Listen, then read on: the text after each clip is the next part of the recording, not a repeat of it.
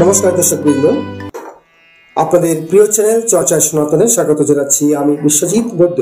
বন্ধুগণ, ভাষাগতভাবে ইসলাম, খ্রিস্টিয়ান এবং ইহুদি এই তিনটি ধর্মই হচ্ছে সেমেটিক রিলিজিয়ন বা অরিজিন এর দিক থেকে এগুলি হলো আব্রাহামিক রিলিজিয়ন এবং এরা প্রত্যেকটি হচ্ছে মনোএথেইস্ট বা একশ্বরবাদী। তিনটি পৃথক পৃথক ধর্মমত হলেও এদের মধ্যে কিছু সাদৃশ্য বা কমনালিটি যেমন আছে, ঠিক তেমনি পার্থক্যও আছে এবং যার ফলস্বরূপ আজকের মিডল ইস্টের এত সব মারামারি কাটাকাটি আপনারা দেখতেই পাচ্ছেন। এই তিনটি ধর্মমতের মধ্যে থাকা কমনালিটির সঙ্গে সনাতন ধর্মের কি কি মৌলিক পার্থক্য আছে সেই সম্পর্কে জানার জন্যই আমাদের আজকের এই প্রয়াস। ভিডিওতে আলোচনা করেছেন গীতাশাস্ত্রী মানিক শুক্লাজি মহারাজ এবং কমেন্টের মাধ্যমে আপনিও এই আলোচনায় অংশগ্রহণ করতে পারেন। ভিডিওটি ভালো লাগলে অবশ্যই লাইক করুন, কমেন্ট করুন এবং শেয়ার করুন। চ্যানেলে নতুন হলে এখনই সাবস্ক্রাইব করে বেল আইকনে চাপ দিয়ে রাখুন। সেমিটিক ধর্মসমূহ এবং হিন্দু ধর্ম অর্থাৎ আর্য বৈদিক সনাতন ধর্ম এর মৌলিক পার্থক্যগুলো কোথায়? সেমিটিক বা আব্রাহামিক ধর্ম বলতে আমরা বুঝি প্রথমে ইহুদি, তারপরে খ্রিস্টান, তারপরে ইসলাম। সেই ইহুদি, খ্রিস্টান এবং ইসলাম ধর্মের সিদ্ধান্তগুলো কি? দেখা যাচ্ছে এই প্রত্যেকটি ধর্মমত ঘোষণা করে স্বর্গে একজন ঈশ্বর আছেন যিনি এই বিশ্বব্রহ্মাণ্ড তৈরি করেছেন, পৃথিবীতে মানুষ তৈরি করেছেন এবং এই মানুষ কিভাবে পৃথিবীতে থাকবে আর মানুষের কি করণীয় তার জন্য একজন প্রতিনিধি তিনি পৃথিবীতে পাঠান। সেই প্রতিনিধি এবং একখানা পুস্তক নিয়ে আসেন, একখানা গ্রন্থ নিয়ে আসেন। সেই গ্রন্থে ঈশ্বর কিছু নির্দেশ, কিছু আদেশ দিয়ে থাকেন এবং সেই প্রতিনিধিরা পৃথিবীর মানুষকে বলেন যে এই গ্রন্থ হলো অ্যাবসলিউট। পৃথিবীর প্রত্যেক মানুষকে এই গ্রন্থের যে নির্দেশাবলী এবং জীবনযাত্রার পদ্ধতি যা লেখা আছে তাই মেনে নিতে হবে, অন্যথা মৃত্যুর পরে তাকে নরকে যেতে হবে। যারা ঈশ্বরের নির্দেশিত আদেশগুলোকে মানবে, ফলো করবে এবং ঈশ্বরের সেই দূতকে সমীহ করবে, তার কথা মতো চলবে, একমাত্র তারাই ঈশ্বরের সান্নিধ্য লাভের অধিকারী। বাকি সবাইকে নরকে যেতে হবে। এখানেও একটি অদ্ভুত কথা দেখা যায়। ঈশ্বর এই পৃথিবী, এই বিশ্বব্রহ্মাণ্ড তাদের গ্রন্থ অনুসারে বড় জোর ৬০০০ বৎসর আগে তৈরি করেছেন।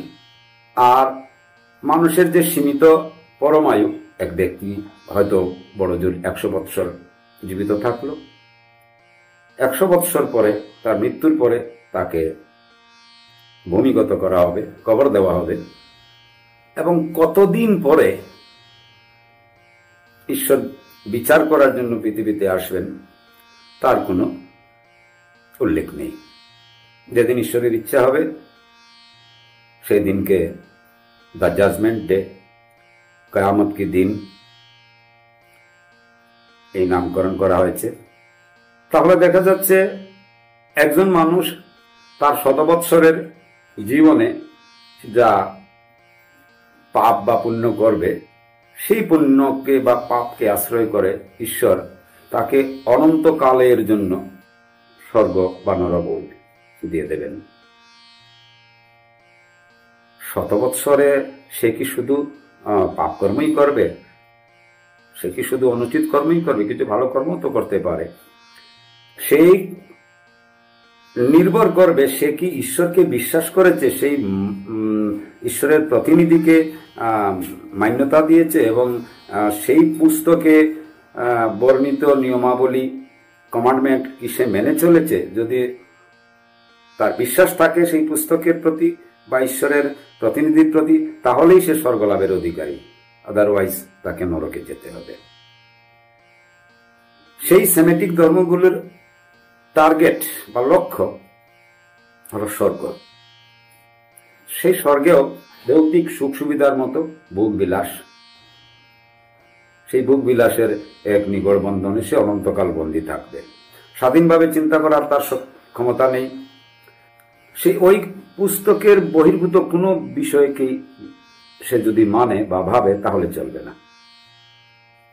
তার জীবনটা ওই ঈশ্বরের প্রেরিত সেই প্রতিনিধি এবং সেই পুস্তকের মধ্যেই সীমাবদ্ধ। এটা হলো সেমেটিক ধর্ম। সনাতন ধর্ম যখন ভালো করে দেখি তখন দেখতে পাই সনাতন ধর্ম গবেষণা এবং পরীক্ষা নিরীক্ষার দ্বারা সত্যকে অনুসন্ধান করা। এই গবেষণা এবং পরীক্ষা নিরীক্ষার বিভিন্ন ঋষিগণ বিভিন্ন উপায়ে করেছেন এবং প্রত্যেকেই চরম সত্যকে উপলব্ধি করেছেন। আর তাদের উপলব্ধ সত্যসমূহ যে বিভিন্ন সাহিত্য গ্রন্থে বর্ণিত হয়েছে, তাই সনাতন সাহিত্য বা বৈদিক সাহিত্য বিশাল এক গ্রন্থাগার।